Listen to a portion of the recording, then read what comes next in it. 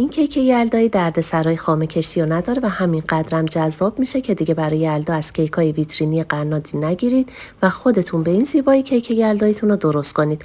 اول مواد کیک رو آماده کنید، تخم مرغ و وانیل و شکر رو حسابی هم بزنید تا موادتون غلیظ و روشن بشه.